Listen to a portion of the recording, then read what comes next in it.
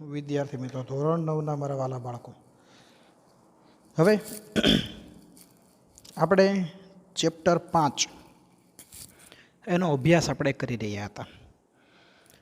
હવે આપણે ગયા વખતે આઝાદ હિન્દ ફૌજ, ઇન્ડિયન ઇન્ડિપેન્ડન્સ લીગ, સ્વાતંત્ર્ય પ્રાપ્તિ અને ભાગલા, બરાબર, આ મુદ્દાની આપણે ચર્ચા કરી હતી. હવે આપણે આજે વાત કરવાની છે માઉન્ટ બેટન યોજનાની. મિત્રો, આ મુદ્દો છે એ નોટ કરજો. 2 માર્કની અંદર તમને આ મુદ્દો પૂછાય કે ભાઈ નોંધ લખો, બરાબર, નોંધ લખો માઉન્ટ બેટન યોજના. બરાબર, તો તમારે શું કરવાનું? જો આ લખવાનું છે તમારે, વાઇસરોય માઉન્ટ બેટને પોતાનું સ્થાન સંભાળી લીધું. ક્યાંય તારીખે? તો કે 24 માર્ચ 1947. હવે આપણા છેલ્લામાં છેલ્લા વાઇસરોય હતા માઉન્ટ બેટન, બરાબર, એણે પોતાનું સ્થાન સંભાળી લીધું.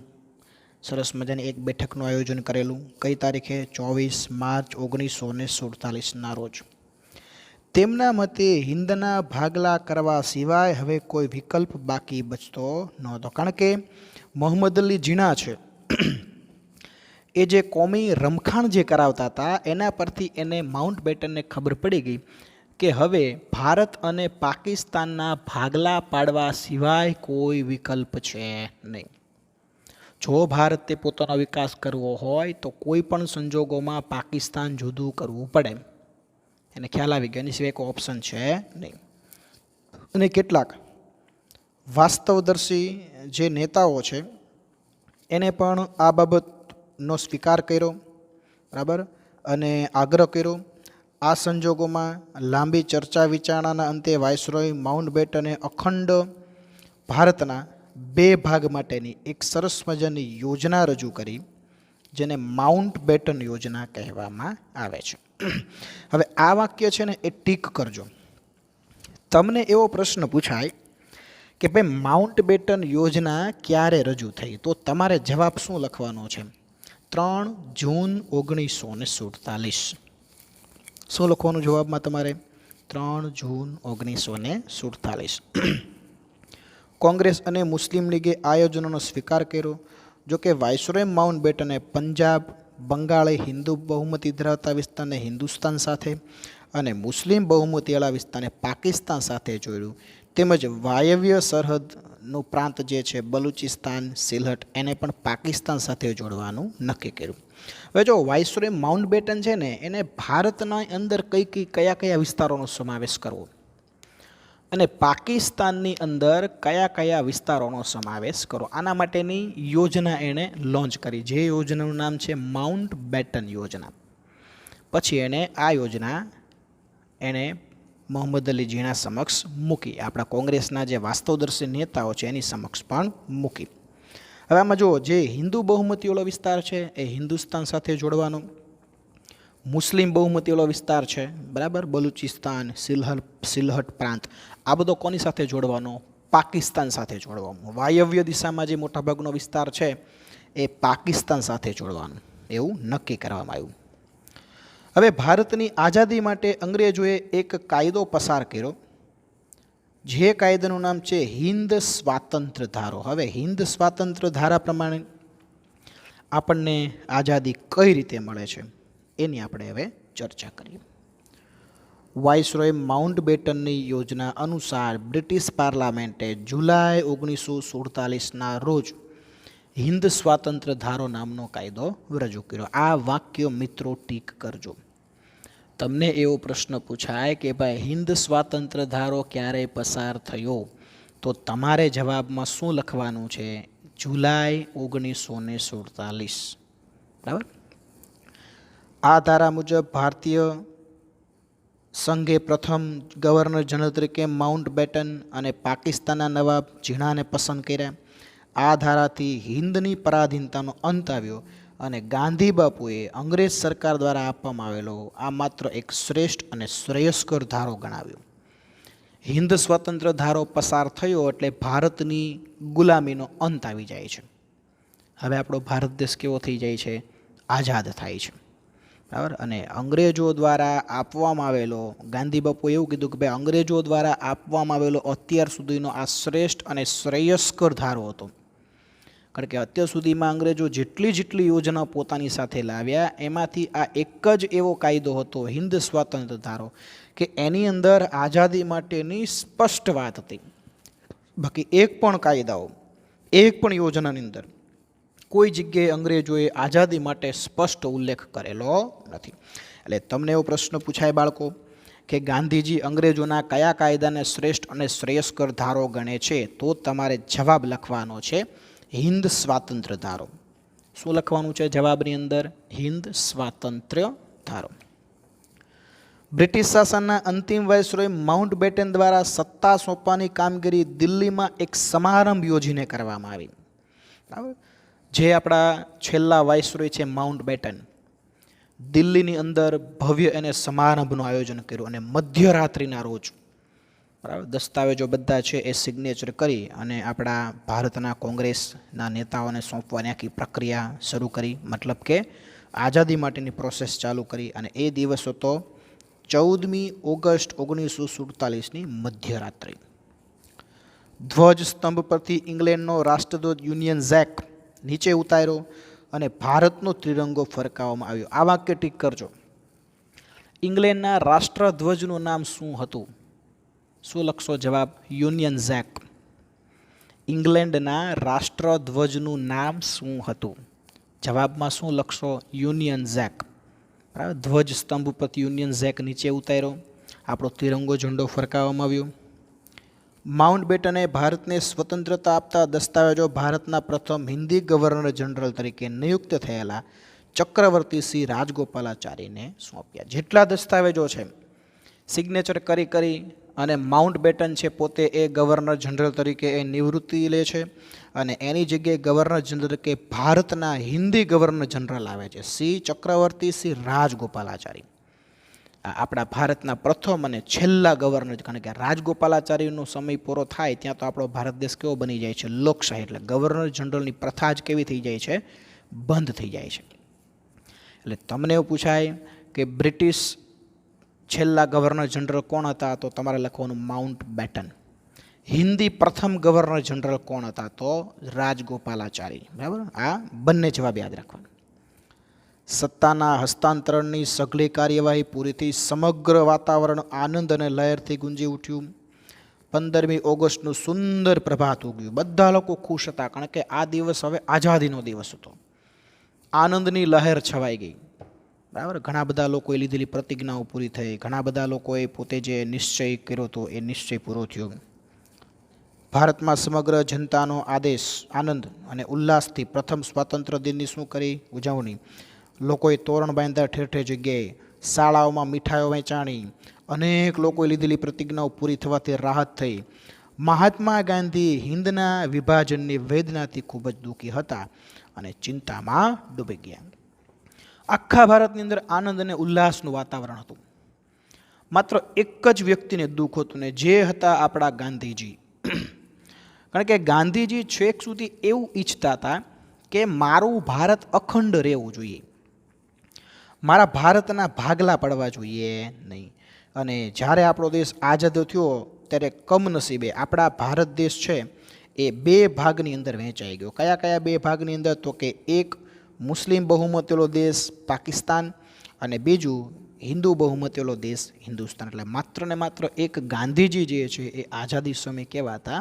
શોકમાં ડૂબી ગયેલા. એને એક પ્રકારનું દુઃખ હતું, સંતાપ હતો એનો. બાકી આખો દેશ આનંદ અને ઉલ્લાસથી પ્રથમ સ્વાતંત્ર્ય પર્વની શું કરવા લાગ્યા? ઉજવણી કરવા લાગ્યા.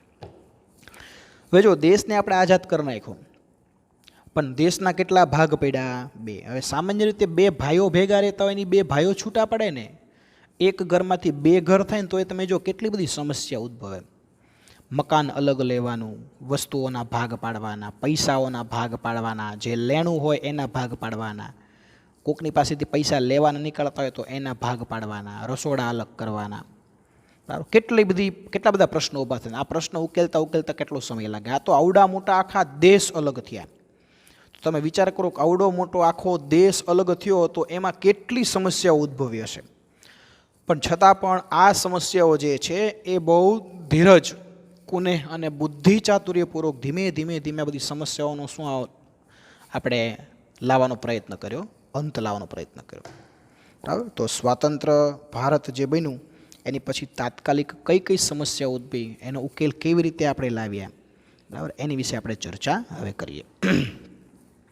માઉન્ટબેટન યોજના અને હિન્દ સ્વાતંત્ર્ય ધારો, આના પરિણામે હિન્દુસ્તાનની વિભાજન અને સ્વતંત્ર અને ભારત પાકિસ્તાન એ બે દેશ અસ્તિત્વમાં આવ્યા. બરાબર. માઉન્ટબેટનની યોજના અને હિન્દ સ્વાતંત્ર્ય ધારો, આ પ્રમાણે આપણને આઝાદી મળી અને આપણા અખંડ ભારતના કેટલા ભાગ પડી ગયા? બે. એક પાકિસ્તાન અને એક ભારત. હવે જો આ માટે કઈ કઈ સમસ્યા, તો કે એક તો લશ્કરની વ્યવસ્થા કરવાની હતી, મિલકતનું વિભાજન કરવાનું હતું, લેણા અને દેવા એના ભાગ પાડવાના હતા, નિરાશ્રિતો, બરાબર, એક દેશમાંથી બીજા દેશમાં ઘણા બધા લોકોએ સ્થળાંતર કર્યું હતું, એની વ્યવસ્થા કરવાની હતી, સરકારી નોકરિયાતો જે છે, બરાબર, એનું વિભાજન કરવાનું હતું, અને ભારત અને પાકિસ્તાનની પૂર્વ અને પશ્ચિમમાં સરહદો નક્કી કરવાની હતી. આ 6 સમસ્યાઓ હતી. કારણ કે ત્યારે પાકિસ્તાન બે હતા, બરાબર. આજનું જે બાંગ્લાદેશ છે ને બાળકો, એ પાકિસ્તાન હતું અને એ પૂર્વ પાકિસ્તાન હતું, અને હાલનું જે પાકિસ્તાન છે ને એ પશ્ચિમ પાકિસ્તાન હતું. એટલે પાકિસ્તાનના ટુકડાઓ કેટલા હતા? બે હતા, બરાબર. એ તો પછી 1971માં બાંગ્લાદેશ છે એ સ્વતંત્ર થઈ ગયું અને એક બાંગ્લાદેશ સ્વતંત્ર દેશ બની ગયો, બાકી ખરેખર પાકિસ્તાનનો ભાગ હતો. એટલે પૂર્વ બાજુનું પાકિસ્તાન અને પશ્ચિમ બાજુનું પાકિસ્તાન, આ બંનેની સરહદ નક્કી કરવી, લેણાના ભાગ પાડવાના, લોકોનું સ્થળાંતર કરે એની વ્યવસ્થા, સરકારી નોકરિયાત છે તો એના ભાગ પાડવાના, બરાબર, લશ્કરના સૈનિકોના ભાગ પાડવાના, શસ્ત્રોના ભાગ પાડવાના. એટલે કેટલી બધી સમસ્યાઓ ઉદ્ભવી. હવે આ સમસ્યાનો ઉકેલ કેવી રીતે લાવવામાં આવ્યો તો જોઈએ આપણે. આ પ્રશ્નના નિરાકરણ માટે માઉન્ટબેટનના અધ્યક્ષ પદે ભારત પાકિસ્તાનના બે મળીને 5 પ્રતિનિધિઓની એક સમિતિ બનાવવામાં. 2 વ્યક્તિ પાકિસ્તાનના, 2 વ્યક્તિ ભારતના અને 1 માઉન્ટબેટન પોતે, આમ 5 જણાની એક કમિટી બનાવવામાં આવી. આ સમિતિ આવા પ્રશ્નના ઉકેલ માટે સંબંધિત પ્રશ્નના જાણકારના તજજ્ઞના જુદા જુદા પંચ નિયુક્ત કર્યા અને મતભેદ પ્રસંગે ભારતના ભૂતપૂર્વ ન્યાયાધીશના અધ્યક્ષ પદે ભારત અને પાકિસ્તાનના એક પ્રતિનિધિઓનું બનેલું લવાદી પંચ જે ચુકાદો આપે તે આખરી માનવાનું બંને રાષ્ટ્રોએ સ્વીકાર્યું. જો એક 5 જણાનું પંચ તો હતું જ, પણ છતાં જો એ 5 જણાનું પંચ કોઈ ઉકેલ આપે અને એમાં જો કોઈને પ્રશ્ન હોય ને તો પાછું એક 3 જણાનું એક કમિટી બનાવવામાં આવી. એમાં એક ભારતના વ્યક્તિ હતા, એક પાકિસ્તાનના વ્યક્તિ હતા અને એક ભારતના ભૂતપૂર્વ ન્યાયાધીશ હતા. આ 3 જણાનું જે કમિટી હતી ને એનું નામ આપવામાં આવ્યું લવાદી પંચ. અને આ 3 જણાની કમિટી લવાદી પંચ જે ચુકાદો આવે ને એ પાછો બંને દેશોએ માન્ય રાખવાનો, પછી કોઈ વિવાદ ઊભો નહીં કરવાનો, એવું બંને દેશોએ સ્વીકાર્યું, એવું નક્કી કરવામાં આવ્યું. ભારતીય લશ્કરના સેનાપતિએ લશ્કર અને લશ્કરી સરંજામનું વિભાજન પૂર્ણ થતાં બ્રિટિશ લશ્કરે ભારતમાંથી વિદાય લીધી. કયા મહિનામાં? ફેબ્રુઆરી 1948માં. બરાબર. આપણા જે લશ્કરના સેનાપતિ હતા એણે બધું વિભાજન કરી નાખ્યું, બરાબર. મુસ્લિમ સૈનિકો, હિન્દુસ્તાનના હિન્દુ સૈનિકો, બરાબર, કોને ક્યાં જવું છે વિભાજન કર્યું. જેટલા શસ્ત્રો હતા એનું પણ વિભાજન કર્યું. અને બ્રિટિશ લશ્કર છે એ હવે ભારતમાંથી શું લે છે? વિદાય લે છે. લશ્કરી, બરાબર, પછી કીધું છે ન્યાયિક, વહીવટી વગેરે સેવા આપનાર અધિકારીઓને ભારત પાકિસ્તાન વિકલ્પ સ્વીકારવાની તેમજ તેના પગાર, ભથ્થા, નોકરીની સલામતી એની ખાતરી અપાણી. બરાબર. ઘણા બધા સરકારી કર્મચારી હોય જે પાકિસ્તાનમાં હોય પણ હવે એને ભારતમાં આવવું હોય. ઘણા બધા ભારતની અંદર સરકારી કર્મચારી હોય જે મુસ્લિમ હોય જેને પાકિસ્તાન જવું હોય તો એના માટે બંને ગવર્મેન્ટ, પાકિસ્તાનની ગવર્મેન્ટ અને ભારતની ગવર્મેન્ટ બંને છૂટછાટ આપી કે ત્યાંથી કોઈ સરકારી નોકરીનો પ્રતિનિધિ અહીંયા આવે એટલે અહીંયા એને નોકરી, પગાર, ભથ્થું બધું એનું આપવાનું. અહીંથી કોઈ ત્યાં જાય તો પાકિસ્તાન એને એ જ પરિસ્થિતિમાં સ્વીકારશે, એવું નક્કી કરવામાં આવ્યું. ભારત અને પાકિસ્તાન છોડીને આવનાર નિર્વાસિત નાગરિકો તેમની બંને દેશોની મિલકતો, રોજગાર, વ્યવસાય વગેરે સમસ્યાઓ ધૈર્ય અને કુનેહપૂર્વક ઉકેલવામાં આવી. હવે ઘણા બધા મુસ્લિમ લોકો અહીંયાથી ભારતમાંથી પાકિસ્તાનમાં જવા માગતા હોય, ઘણા બધા હિન્દુ લોકો પાકિસ્તાનમાંથી ભારત આવવા માગતા હોય, તો ન્યાયની મિલકત હોય, બરાબર, પછી ન્યાયની નોકરી હોય, બરાબર, તો આ બધી વસ્તુ છે એ અહીંયા આપવાની, બરાબર, રોજગારી આપવાની, મકાન આપવાનું, જગ્યા આપવાની. અહીંયાથી ત્યાં લોકો જાય તો પાકિસ્તાનને એ પ્રમાણે આપવાનું. ખેતી લાયક જમીન ઘણાની ત્યાં હોય ને ઘણા લોકો અહીંયા આવવા માગતા હોય તો અહીંયાને જમીન આપવી પડે. તો આવી બધી ઝીણી ઝીણી સમસ્યાઓ છે એ ખૂબ જ કુનેહપૂર્વક, બુદ્ધિપૂર્વક આપણે એ બધી સમસ્યાઓનો શું મેળવ્યો? ઉકેલ મેળવ્યો. ભારતના 562 જેટલા દેશી રજોડને સ્વતંત્ર કરીને ભારતમાં જોડવાનો પ્રશ્ન છે એ સરદાર વલ્લભભાઈ પટેલ એટલે દ્રઢ નિશ્ચય, લોખંડી મનોબળ અને મુત્સદીપૂર્ણ વાટાઘાટો વડે ઉકેલ. બીજી સમસ્યા શું હતી? એક તો આ બધી સમસ્યા તો હતી જ તે. બીજી મોટી સમસ્યા એ હતી કે આપણો દેશ છે એ 562 નાના નાના રાજ્યોમાં વહેંચાયેલો હતો. એટલે 562 નાના નાના રાજ્યોને ભેગા કરી અને એક અખંડ ભારત બનાવવાનું હતું. એ કામ કોણે પૂરું કર્યું? સરદાર વલ્લભભાઈ પટેલે, દ્રઢ મનોબળ દ્વારા, દ્રઢ નિશ્ચય દ્વારા. બરાબર. અને આમ ધીમે ધીમે ધીમે બધા પ્રશ્નો છે એનો ઉકેલ આવતો ગયો. આમ છતાં વિભાજનને લીધે થયેલ કોમી રમખાણની અસર, મહાત્મા ગાંધીજીની હત્યાનો આઘાત, સ્વતંત્ર ભારતને સારું શાસન આપીને પગભર બનાવવું, ખેતીમાં જે નબળી સ્થિતિ તેમાં વિકાસ કરો, દેશમાં શાંતિનું વાતાવરણ સ્થાપવું, દેશની સુરક્ષા માટેના પ્રશ્નો, આ બધા માટે લાંબા ગાળાનું આયોજન કરવામાં આવ્યું. છતાં તમે જો દેશમાં બીજા કયા કયા પ્રશ્નો હતા? એક તો કોમી રમખાણની અસર. બરાબર, ભારત પાકિસ્તાન જે ભાગલા માટે કેટલા લોકો છે, બરાબર, એના જીવ ગુમાવ્યા. બરાબર, એ જે હિન્દુ મુસ્લિમમાં વિખવાદ હતો એ એકતા લાવવાની હતી. બીજું, ગાંધીજીનું મૃત્યુ થયું હતું 1948માં, એટલે ઘણા બધા લોકોને એનો આઘાત હતો. એ આઘાતમાંથી લોકોને બહાર લાવવાના હતા. ભારતમાં જે અંધાધૂંધી હતી, ખેતી ક્ષેત્રે પરિસ્થિતિ નબળી હતી, ગરીબી પુષ્કળ હતી, બેરોજગારી પુષ્કળ હતી, શાસન અસ્તવ્યસ્ત હતું, કોઈ સત્તા નિશ્ચિત નહોતી. તો આમાં ભારતને સુશાસન આપવું, ખેતીની પરિસ્થિતિ સુધારવી, બરાબર, ગરીબી દૂર કરવી, બેકારી ઓછી કરવી. દેશમાં કોલાહલ હતું, આંતર ઝઘડાઓ, તો એમાં દેશમાં આ બધા ઝઘડાઓને બંધ કરી એક સારું સુલેહનું વાતાવરણ સ્થાપવું. દેશની સુરક્ષા માટેની વ્યવસ્થા કરવાની હતી, દેશની બોર્ડર નક્કી કરી અને દેશની સુરક્ષા જાળવવા માટેનું કામ કરવાનું હતું. તો આ બધી સમસ્યાનો ઉકેલ લાવવા માટે આપણે 5-5 વર્ષની યોજનાઓ બનાવવામાં આવી, જેને આપણે કઈ યોજનાઓ કહીએ છીએ? તો કે જેને આપણે પંચવર્ષીય યોજના તરીકે આપણે ઓળખીએ છીએ. તો આ યોજનાઓ દ્વારા આ બધી સમસ્યાઓ છે એનો ઉકેલ લાવવાનો આપણે પ્રયત્ન કર્યો. તો આમ આ બધી ભારત પછીની જે તાત્કાલિક સમસ્યાઓ છે એ સમસ્યાઓ થઈ ગઈ પૂરી. અને અહીંયા આગળ આપણું આ ચેપ્ટર પણ થઈ જાય છે પૂરું. તો અહીંયા આગળ આપણું 5મું ચેપ્ટર આપણે પૂરું કરીએ છીએ. નેક્સ્ટ લેક્ચરની અંદર એક નવા ચેપ્ટર સાથે આપણે મળશું. બરાબર, આ વીક આપણું અહીંયા પૂરું થાય છે. આવતા લેક્ચરના 3 લેક્ચર આવતા વીકના, એમાં કંઈક આપણે નવું ચેપ્ટર સ્ટાર્ટ કરશું. તો આજનું હોમવર્ક છે એ દરેક બાળકો નોટ કરી લેશું. ઓકે, બાય, આવજો.